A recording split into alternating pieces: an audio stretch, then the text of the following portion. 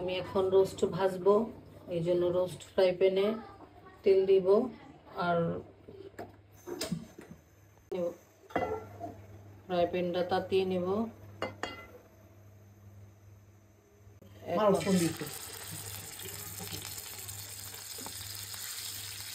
আমি মুরগিগুলো দিয়ে দিচ্ছি।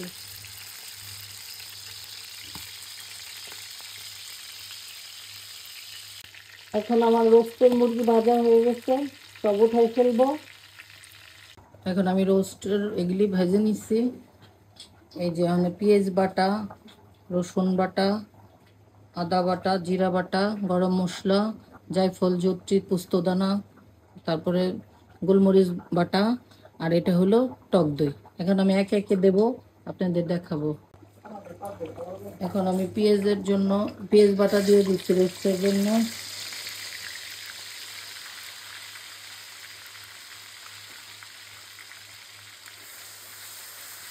পেঁয়াজ বাটাটা একটু ভালো করে ভাজে নেবেন, তাহলে পেঁয়াজের একটা কাঁচা গন্ধ আছে, সেই গন্ধটা বলবে না, গন্ধটা লাগবে না।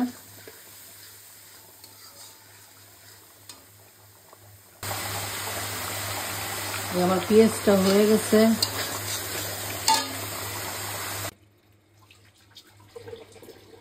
এখন পেঁয়াজটা হয়ে গেছে ভাজা, এখন দিয়ে দেবো আদা রসুন,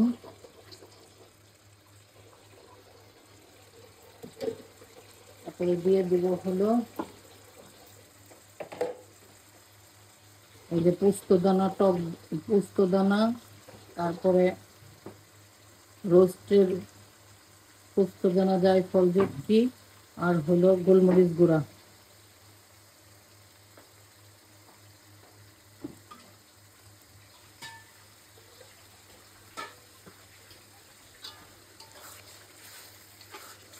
বাকি উপকরণগুলি একটু দেখাচ্ছি। গরম মশলা আর লবণ স্বাদ মতো দিবেন।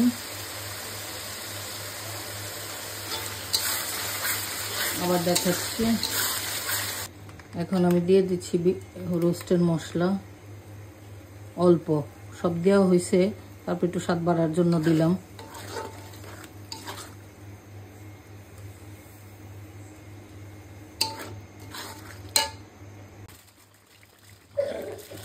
এখন আমি দিয়ে দেবো টক দই।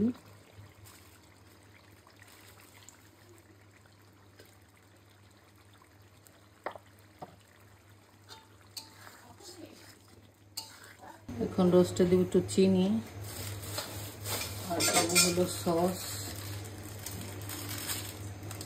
টমেটো কেচাপ যেটাকে বলে।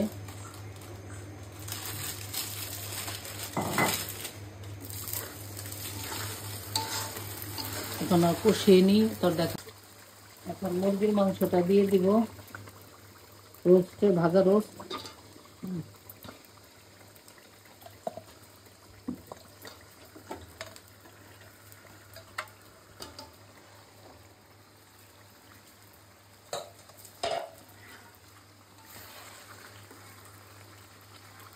তাদের কষিয়ে আবার দেখাই, কষানো শুরু করছি।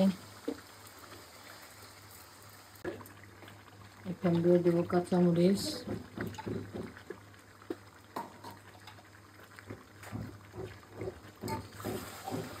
কষানো হয়ে গেছে।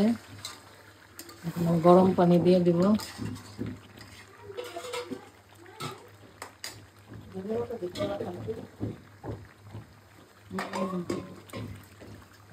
গরম পানি দিয়ে দিচ্ছি।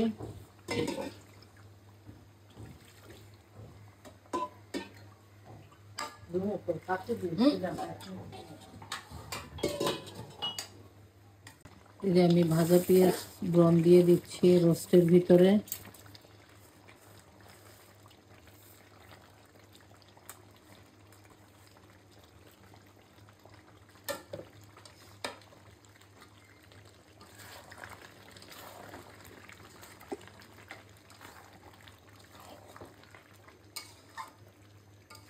এখন তেল ছাড়বে, তেল ছাড়লে আপনাদের পরিবেশন করে দেখাবো।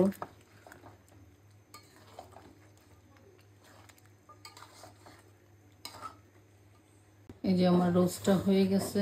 আমার এই রোস্টের রেসিপিটা যদি আপনাদের ভালো লাগে সাবস্ক্রাইব করবেন, কমেন্টস করবেন, শেয়ার দিবেন এবং সুস্থ থাকবেন, ভালো থাকবেন, আমাদের জন্য দোয়া করবেন। আসসালামু আলাইকুম।